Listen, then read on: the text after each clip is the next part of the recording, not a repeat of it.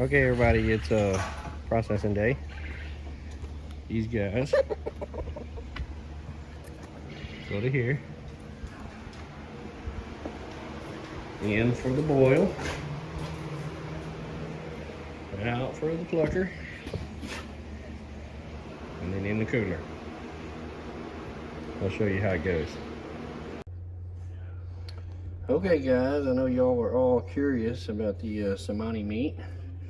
So here's what it looks like. You can see it's very dark, looks like beef.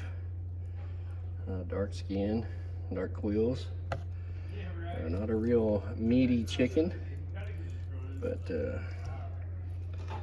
gives you an idea of what Cemani chicken meat looks like. So we're gonna throw it on the grill and give it a try.